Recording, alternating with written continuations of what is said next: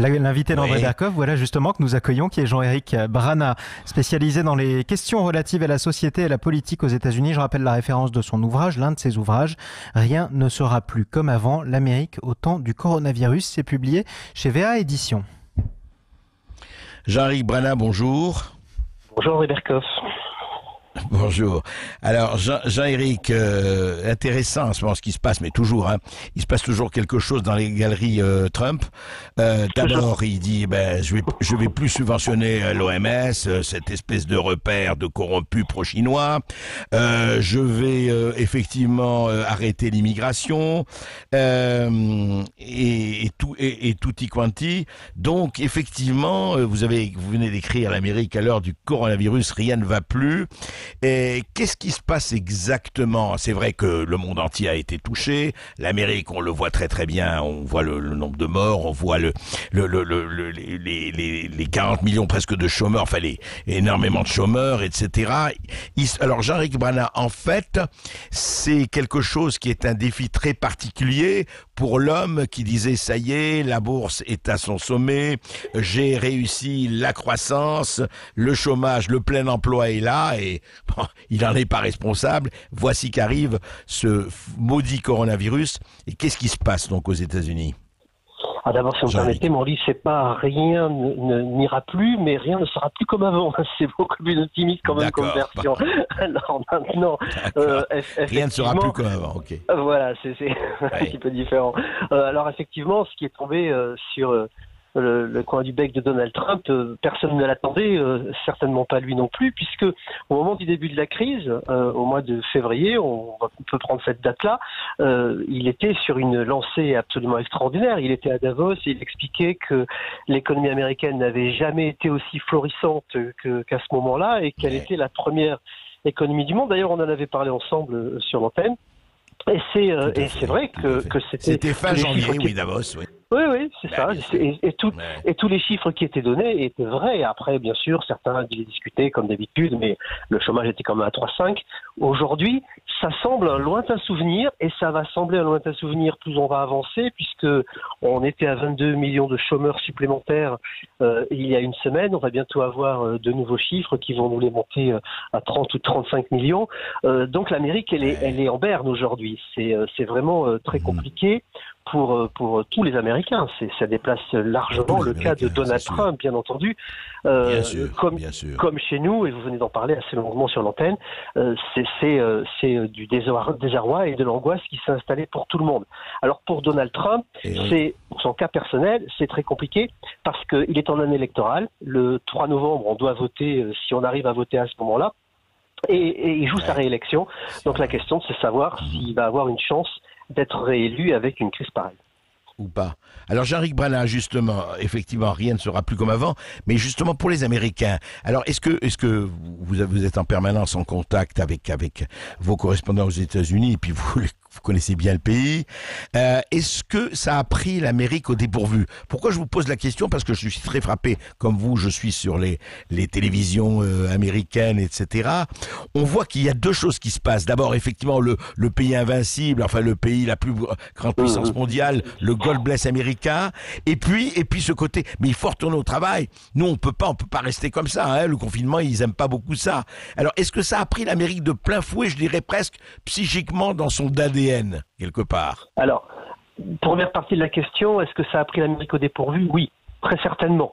Et en même temps, non, parce que tous ceux qui connaissent l'américain savent qu'ils ont très peur des microbes, et dès qu'il y a un semblant de microbe qui peut rentrer aux États-Unis, ils mettent en branle toute une série de mesures pour l'empêcher d'aller plus loin. Et d'ailleurs, c'est un pays qui avait commencé des contrôles de température aux frontières, à San Francisco et à Kennedy à New York.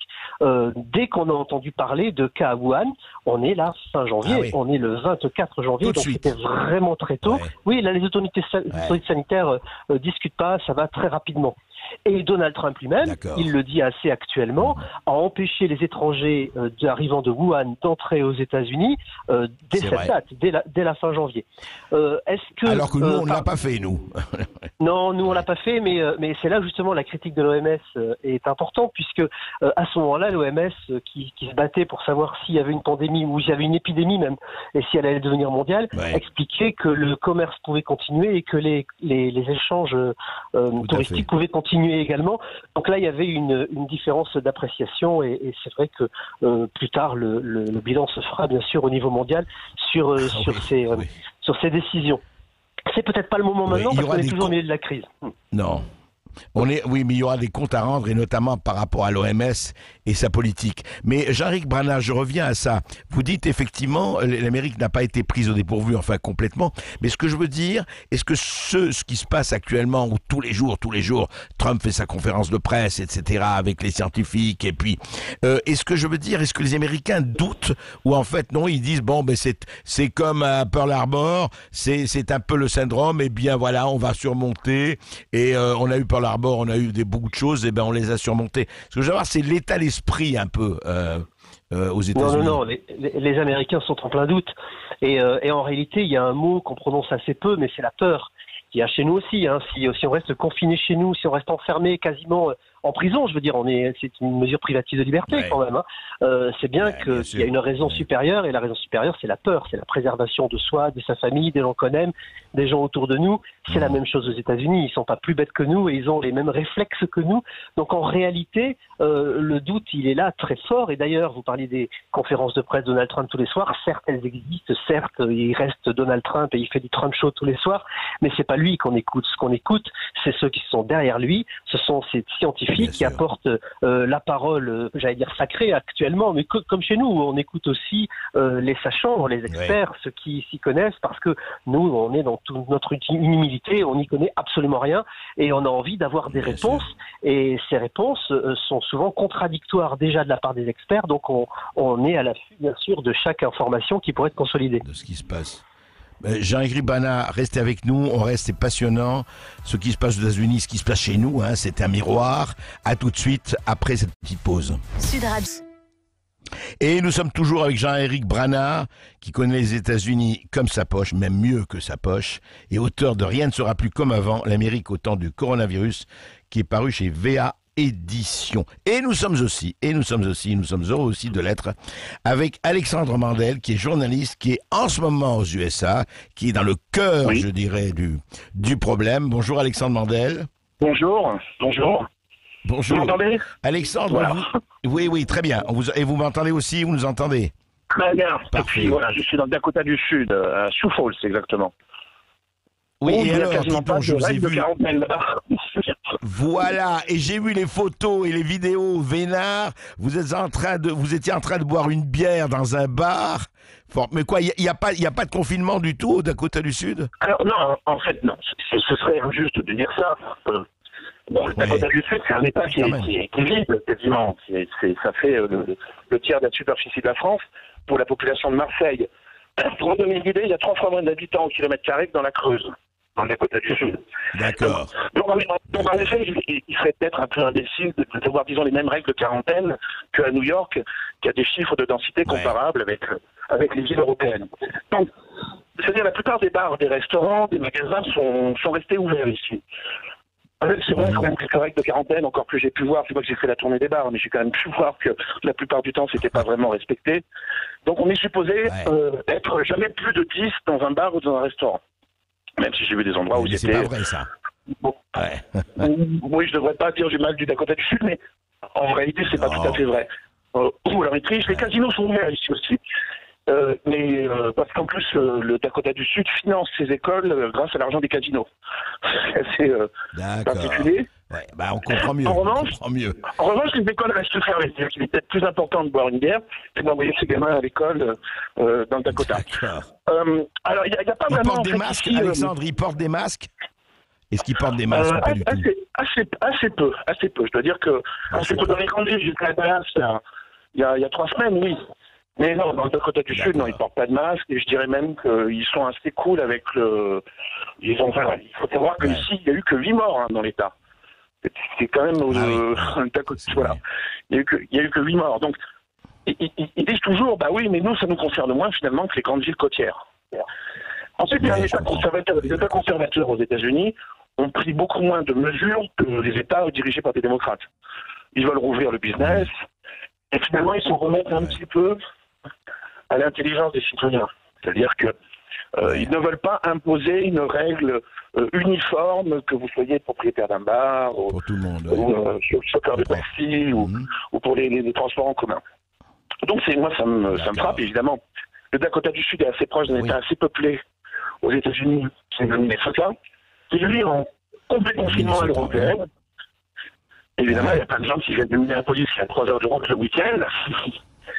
Et pour se détendre à Sioux Falls, il n'y a pas grand-chose à faire à part des casinos et des bars.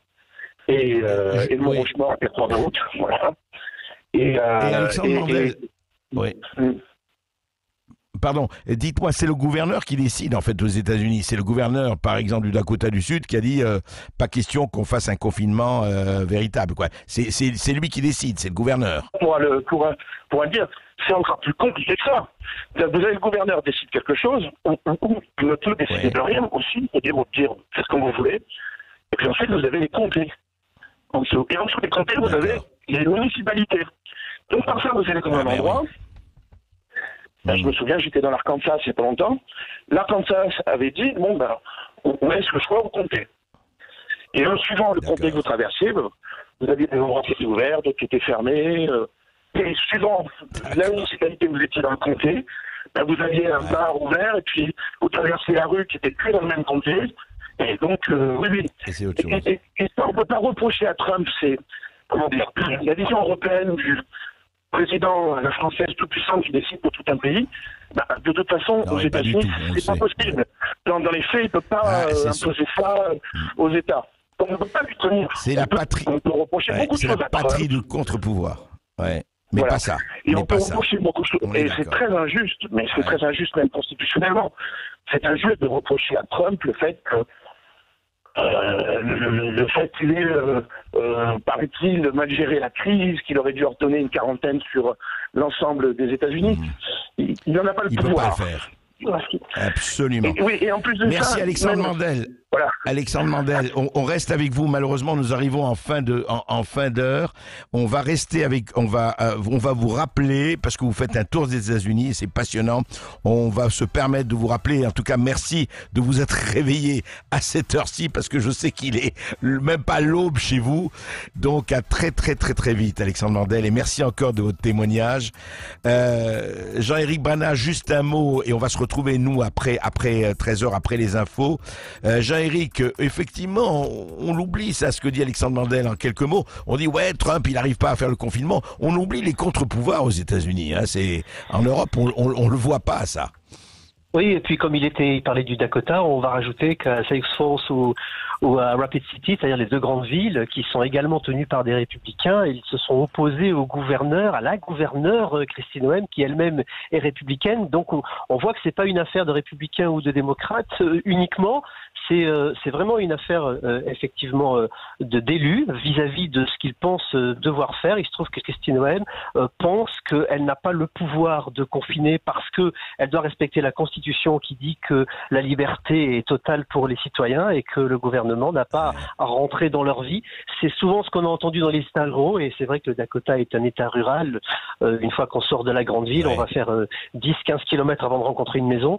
Par contre, une petite correction, Trump a bien le droit de mettre en quarantaine puisqu'on était en état d'urgence sanitaire et que dans ce cas-là, ce droit-là lui appartenait et c'est bien ce qu'on lui reproche aujourd'hui. Il a déclaré l'état d'urgence, mais il n'a pas voulu l'étape suivante parce que les conservateurs américains, les plus conservateurs, les libertariens, pensent que justement le gouvernement ne doit pas interférer et qu'il a voulu suivre cette ligne idéologique. Jean-Éric, on reste ensemble, restez avec nous, avec les auditeurs du Sud Radio ils vont avoir beaucoup de questions à vous poser. À tout de suite. À tout de suite sur Sud Radio, 0826 300 300. Vous nous appelez, vous témoignez. Est-ce que vous aimeriez vivre dans un pays comme aux États-Unis, par exemple, où la loi n'est pas la même selon les États ou selon les comtés? C'est une des questions qu'on peut aborder, toutes les autres aussi qu'on a abordées dans l'émission. Vous êtes les bienvenus, c'est votre heure de 13h à 14h sur Sud Radio en compagnie d'André Berkoff. À tout de suite. Les Français parlent au français. Plus que jamais, nous attendons les auditeurs de Sud Radio et nous sommes avec Jean-Éric Brana, spécialiste des États-Unis. Rien ne sera plus comme avant en Amérique et aussi en France et en Europe. Et je rappelle que cet ouvrage d'ailleurs est publié chez VA Éditions. Rien ne sera plus comme avant l'Amérique au temps du coronavirus. 0826 300 300, c'est le numéro que vous composez pour prendre la parole sur Sud Radio, direction la Haute-Garonne, à Toulouse précisément. On retrouve Olivier sur Sud Radio. Bonjour Olivier. Oui, bonjour Monsieur Berkoff. Je voulais intervenir par rapport à quelque chose qui m'a étonné. Je suis professeur à Toulouse et je dois accueillir des élèves. Et hier, on m'a essayé de me rassurer. J'ai vu débouler sur toutes les chaînes info, dans les journaux, Libération, Le Monde, la justification scientifique permettant la réouverture des informations, la réouverture de l'établissement. Les enfants ne transmettent pas le virus du Covid. Et avec études scientifiques à l'appui, bien sûr, je me suis procuré cette étude qui a été publiée en Angleterre. Et là, après lecture, je suis tombé des nues. En fait, c'est tout simplement un petit enfant de 9 ans, de retour à Singapour, qui a été dans 3 classes primaires et une école de ski, et qui n'a pas transmis ce virus. Sauf qu'à la page 14 de cette étude française, on s'aperçoit que c'est un cas extrêmement rare parce qu'il avait des co-infections respiratoires, grippe, Covid. Et ils reconnaissent eux-mêmes, dans cette étude, que ce cas particulier de co-infection a pu expliquer le fait qu'il n'ait pas transmis ce Covid. Donc on a un truc absolument fascinant, c'est qu'un petit Anglais malade de 9 ans, qui est trimballé dans les écoles et qui de toute façon ne devait pas être en état de prendre contact avec quelconque autre élève. Qui que ce soit. Ce seul cas, parce qu'il était grippé, il était malade, et en plus il connaissait personne, permet d'expliquer le retour de 12,4 millions d'enfants à l'école. Je trouve que scientifiquement, c'est un tout petit peu léger. Il n'y a même pas besoin ici de... c'est un peu taquin, mais on n'a même pas besoin de double étude de l'aveugle, etc. C'est un progrès scientifique. Vous avez un cas complètement atypique et vous permettez à toutes les chaînes d'infos de diffuser que les enfants ne transmettent pas le fait. Pour moi, c'est vraiment un miracle. C'est le miracle de la contamine de mon votre histoire.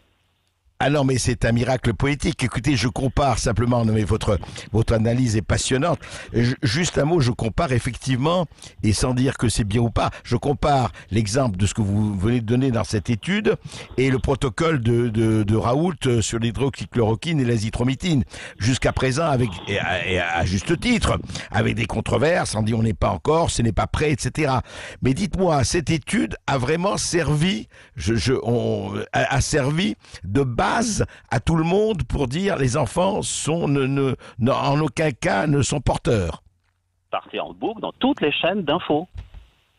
Et d'autre part, pour vous rassurer quand même, les gens qui ont fait cet article, qui n'a bien sûr pas été relu à cause de la rapidité, font tous partie de Santé publique France et des CHU et des institutions d'État. En fait, si vous voulez, cet article ne dit absolument pas. Simplement, il constate que cet enfant multimalade n'a pas transmis. Point. Mais il ne permet absolument pas, même dans sa conclusion, d'aller beaucoup plus loin. Je vous l'enverrai, mais voilà. C'est donc en fait une manipulation médiatique pour permettre de justifier une aberration scientifique. En tout cas, écoutez, c'est passionnant. Non, mais merci en tout cas d'avoir lu et d'avoir approfondi cela. Ça, c'est très, très important. On va le suivre. Envoyez-le-moi vraiment, merci, et parce que nous allons suivre ça. Alors, nous avons eu juste là-dessus pour vous informer. On a eu des polémiques très fortes là-dessus dans l'émission et sur Sud Radio, où effectivement, un certain nombre de médecins vous disent non, les enfants ne risquent rien. Nicole Delépine, notamment cancérologue très sérieuse et très renommée, a dit il n'avait pas question, d'autres disent le contraire. Effectivement, encore une fois, moi je ne suis pas du tout médecin, je n'ai absolument pas d'avis à prendre là-dessus, mais ce que vous décrivez très spécifiquement sur cette étude-là a de quoi quand même étonner, parce que comment peut-on effectivement faire une étude sur un cas alors qu'on demande à tel ou tel protocole 5 à 10 000 cas. Merci en tout cas Olivier de cette précision. Justement, André, vous croyez pas si bien dire en parlant de Nicole Delépine, puisque nous sommes en ligne avec Gérard Delépine, son époux, qui est par ailleurs médecin et statisticien, qui nous avait appelé il y a quelques minutes pour réagir justement à cette histoire de réouverture des écoles au 0826 300 300. Très bien. Bonjour, docteur Delépine. Bonjour. Oui, je Bonjour, suis Gérard passionné Delépine. par ce qui est fait et surtout par l'angoisse que traduisent toutes les réactions des auditeurs, angoisse que je comprends très bien et qui sont liées à la désinformation depuis le début sur cette affaire. Alors, ce que je veux simplement dire, c'est que il suffit de consulter les bibliothèques internationales. Actuellement, il y a plus de 400 articles qui sont listés sur PubMed, qui est la plus grande bibliothèque médicale internationale du monde en anglais. Bon. PubMed, oui. Donc 400 articles actuellement. C'est pas une étude, c'est 400 articles sur l'ensemble du monde. Tous ces articles, sans exception, je parle, attention, 400 articles sur enfants et Covid-19. Donc, j'invite tous les professeurs d'anglais à taper PubMed, P-U-B-M-E-D, puis après Children Covid-19. Et ils auront accès aux 400 articles. C'est clair. Et sur les 400 articles qui parlent de ce problème. Là-dessus, vous pouvez dire la littérature globale, elle est précise. Le Covid-19 est rare chez l'enfant. Il fait 1 à 2% maximum de tous les gens qui sont contaminés par Covid, premièrement. Deuxièmement, il est presque toujours bénin. Aux États-Unis, par exemple, il y a eu 3 morts sur 200 000 cas. Bon. Troisièmement, les moins de 19 ans ne sont pas contaminés par leurs camarades d'école. Dans tous les articles, il n'y a eu aucun qui a pu retrouver une contamination interscolaire. Ils sont tous contaminés sans exception, vous dites. Je dis bien tous sans exception, tous les articles. Tous les articles. Il n'y a pas un seul article qui rapporte un cas de contamination à l'école, d'enfant à enfant. Ceci, il l'explique en plus. Il y a plusieurs articles qui donnent des hypothèses, montrant en particulier que la charge virale chez les enfants est trop faible. Bon, il y a des problèmes de biologie compliqués, je passe. Hein. Bon. Deuxièmement, et ce qui est très important pour rassurer nos professeurs, je comprends leur angoisse. Les enfants ne contaminent pas les adultes. Actuellement, l'OMS décrit plus de 2 millions de gens contaminés dans le monde. Il n'y a aucun cas connu de contamination d'un adulte par un enfant. Je dis bien, il n'y a aucun cas connu, établi, prouvé de contamination d'un adulte par un enfant sur 2 millions de contaminations. Donc, je ne dis pas que c'est totalement impossible. En médecine, rien n'est jamais impossible. Mais mais vous donnez la proportion. Je donne la proportion. D'accord. Donc, les enfants ne contaminent pas les autres enfants. Les enfants ne contaminent ni pas les adultes. Oui. Bon, donc, les angoisses, je ne parle pas de cette étude, bon, ça, on peut en parler, mais c'est pas intéressant. Un article sur 400, c'est pas très important. Donc, la dernière chose est très importante que les Chinois ont mis, c'est que le confinement d'un enfant tel qu'il est fait actuellement est source de très nombreux troubles psychologiques, en plus de la perte de l'apprentissage scolaire, et que ces troubles psychologiques peuvent le handicaper à vie.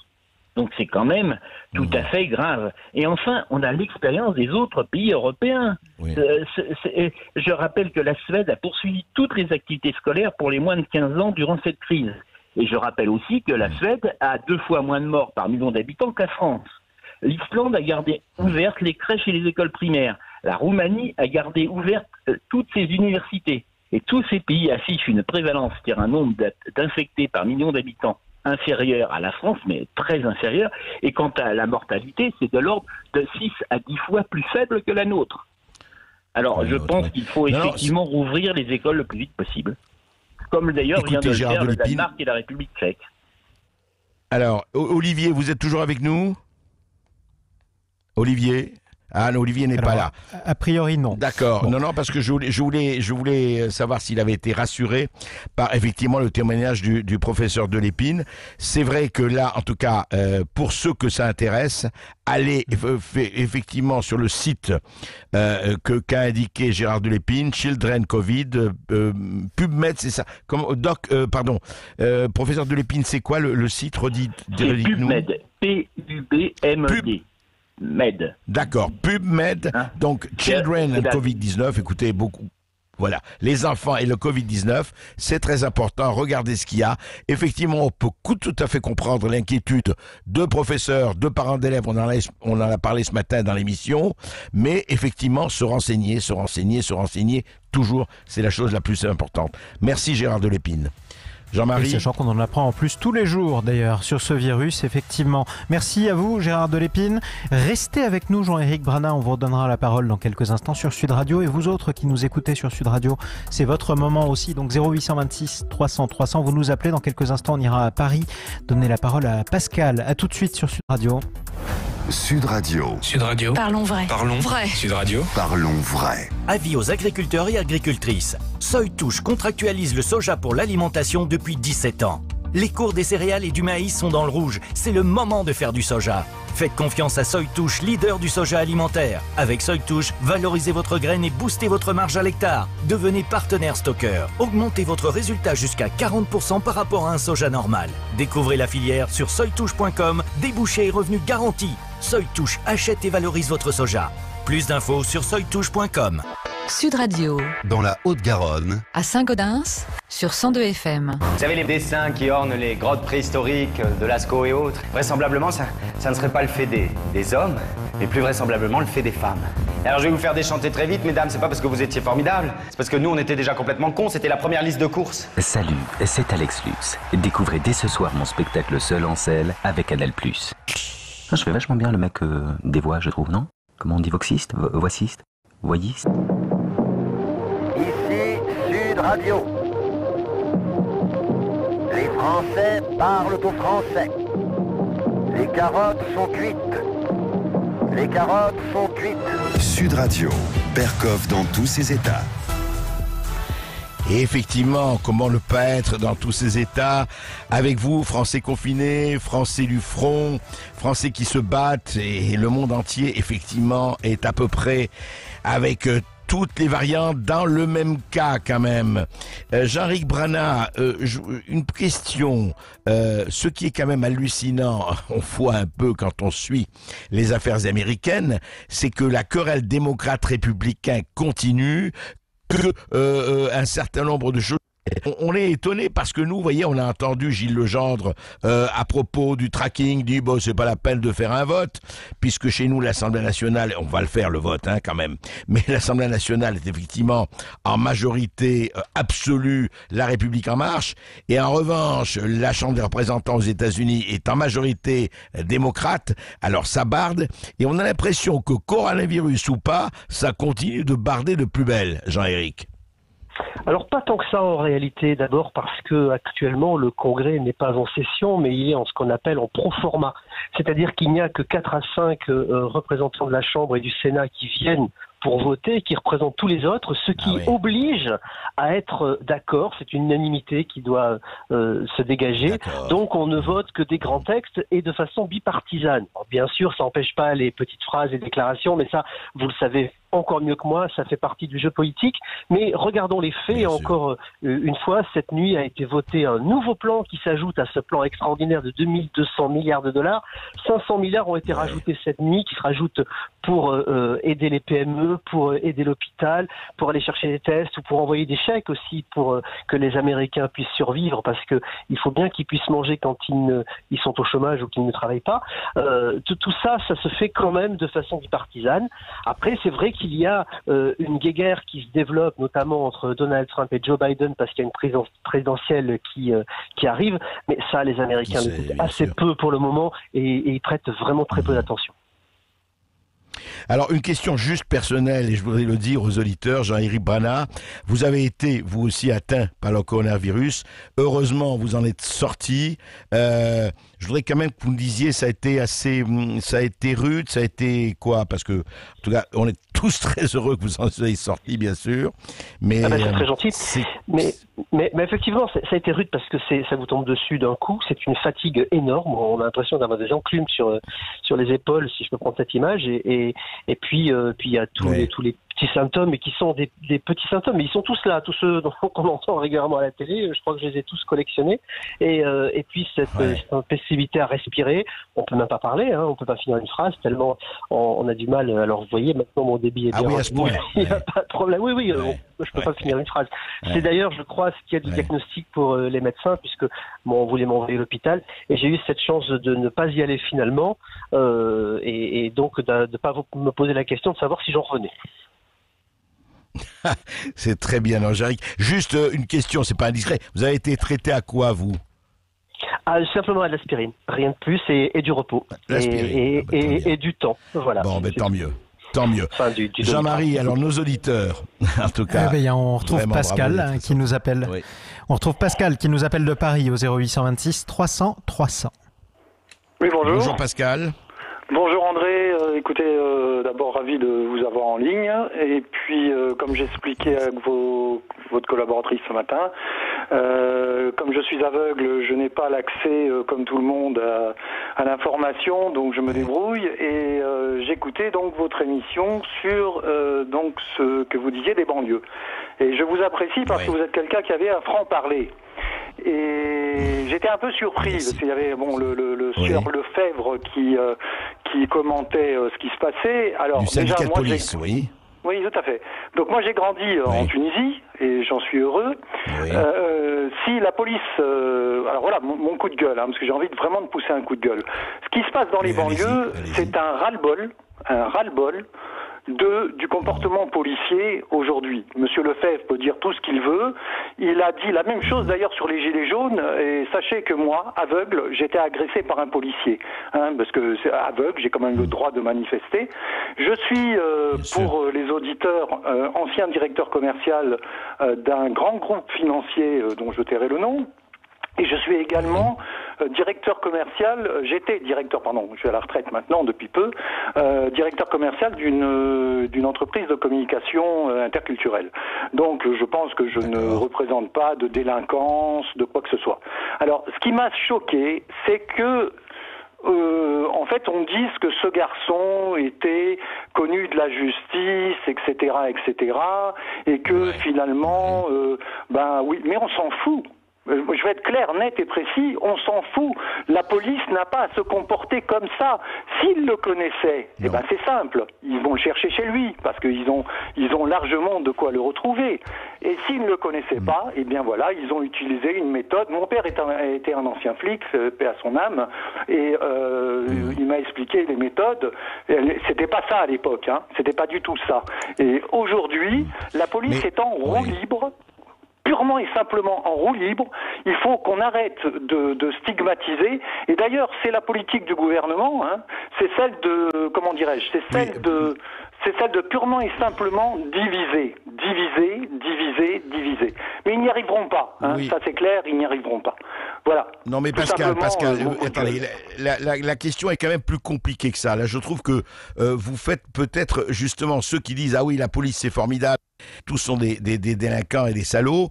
Est-ce que vous ne faites pas un peu le contraire, vous rentrez dans le blanc et noir. C'est pas blanc et noir. C'est pas parce que la personne, d'abord, on ne connaît pas et jusqu'à présent il y a on va voir les résultats de l'enquête pour savoir ce qui s'est passé. Deuxièmement, moi je vais vous dire une chose, et vraiment quand il y a eu les LBD, les gilets jaunes, etc., Dieu sait si on a dit des choses sur la police et sur des choses qui étaient inadmissibles. Mais, il y a eu quand même, on sait très très bien, quand on enlève des mortiers dans un commissariat, quand on renverse une voiture de police avec un policier.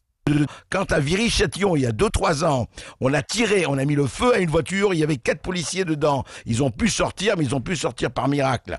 Faut quand même voir ça. Il y a les deux côtés. Vous savez, c'est quand même très très compliqué. C'est-à-dire que c'est pas blanc et noir, Pascal. On ne peut pas dire, ah oui, les policiers se comportent tous comme des salauds. Moi, les généralisations, c'est ça qu'il faut éviter absolument. Il y a des gens qui ne supportent pas les policiers. Et si vous aviez écouté hier Maurice Berger, le pédopsychiatre, qui lui est dans la réalité de la violence et de la violence gratuite de part et d'autre, il dit, il y a un problème. C'est qu'il considère ici comme un clan, le clan adverse. Il y a vraiment ça, à cause du trafic, à cause de ceci. Alors, ne généralisons pas. C'est évidemment une minorité absolue à Grigny. Il y a des gens qui font, pour parler que de Grigny, des choses formidables, qui aident, il y a des bénévoles et tout ça. Ce qu'il faut éviter, c'est la police, des salauds, ou alors telle cité, c'est tous des délinquants et des trafiquants de drogue. Non, mais franchement, on ne peut pas dire qu'ils ne y avoir de sanctions. Il y a quand même une espèce de formidable laxisme. Effectivement, on a été très dur sur les gilets jaunes, mais un certain nombre de drogues, où le trafic de drogue bat son plein, et on sait comment, 3 milliards d'euros de chiffre d'affaires par an, je le rappelle, eh ben, ça, on fait rien. Ah, il y a quand même un problème là. Alors ce problème-là, justement, on ne les résout pas. En tout cas, merci de votre témoignage, mais voilà, je devais y répondre. Oui, merci beaucoup Pascal de nous avoir appelé depuis Paris. On reparle des États-Unis avec notre invité Jean-Éric Brana et avec Dost qui nous appelle au 0826 300 300 depuis la Haute-Garonne. Bonjour Dost. Bonjour André. Bonjour. Voilà, vous vous demandez si on aurait envie de vivre aux États-Unis. Je vous dis carrément non, parce que c'est pas vraiment le pays de l'amour.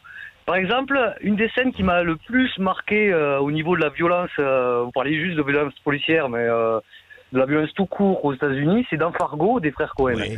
Quand dans l'hiver, ils tuent un policier au bord de la route, et que là, il y a une voiture qui passe par hasard avec un couple à l'intérieur, qui se font poursuivre et abattre. Les États-Unis, c'est quand même un tirage au sort permanent de savoir si on va pas croiser un gars avec un 44 Magnum qui va devenir fou quand même un petit peu. Ensuite, je leur reproche quand même d'avoir une politique étrangère extrêmement dénuée d'amour, notamment avec leur politique de blocus.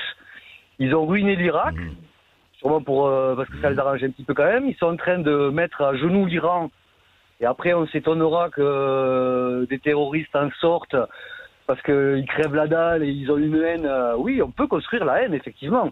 Ça s'élève, ça se cultive, la haine. Et Cuba. Je veux dire, l'ONU leur a plusieurs fois dit que c'était pas humain de bloquer des gens pendant des années. Et du coup, voilà, les États-Unis, la Sécu moribonde, les gens qui ont 2-3 travails, une obsession quasi religieuse de la réussite, professionnelle notamment. Voilà, non, je vais rester en France tranquille. D'accord. Mais écoutez, mais vous avez un point de vue et il faut chacun avoir ses points de vue et c'est très légitime. Jean-Éric Brana, qu'est-ce que vous répondez à Dost par rapport à je dirais à Dost que ces références, je dirais à Dost, mais gentiment, mais que ces références datent un petit peu comme Fargo, si je me trompe pas, c'est la moitié des années 90, donc on est au siècle ancien, et puis la guerre en Irak, c'est également quelque chose qui est loin derrière nous. Ceci dit, il a raison. Sur les armes, c'est quand même un véritable problème dans cette société. Je crois que l'Amérique en est malade. C'est un débat qui a lieu actuellement, qui fait partie de la campagne présidentielle. Alors, d'un côté, chez Trump, on veut bien sûr qu'il n'y ait pas de réglementation sur ce droit-là, qui est un droit inclus dans la Constitution. Et chez Joe Biden, on veut racheter maintenant même les armes. C'est la proposition qu'il a faite. On ne veut pas les éliminer, mais les racheter pour essayer de faire baisser le nombre d'armes, parce qu'il y en a plus en circulation que d'habitants dans le pays, rendez-vous compte. Donc c'est vrai que la société est un peu violente. Pour le reste, ça reste quand même un très beau pays. Et comme le disait tout à l'heure Alexandre Mandel quand il parlait quand il parlait du Dakota, il y a des paysages très différents, des façons de vivre très différentes. Il y a 50 États qui sont très différents les uns des autres, et je crois qu'on peut y trouver son bonheur comme partout. Ouais. Et puis c'est vrai que ça reste une démocratie avec ses contre-pouvoirs quand même, avec tous ses défauts. Moi, quand je vois que Trump peut être arrêté, en tout cas 2-3 ans, je veux dire, accusé de complot et de tout cela, c'est quand même, ça reste une démocratie. Un autre auditeur, Jean-Marie. Juste après cette petite pause, si vous le permettez André, vous continuez à nous écouter sur Sud Radio, à nous appeler au 0826 300 300 et nous remercions infiniment notre invité Jean-Éric Brana d'être intervenu sur Sud Radio. Je rappelle que vous êtes spécialisé dans les questions relatives à la société et la politique américaine et que vous êtes l'auteur de ce livre, et cette fois je vais bien le citer, « Rien ne sera plus comme avant, l'Amérique au temps du coronavirus ». C'est publié chez VA Éditions. Merci à vous Jean-Éric Brana. À tout de suite sur Sud Radio avec vos appels au 0826 300 300.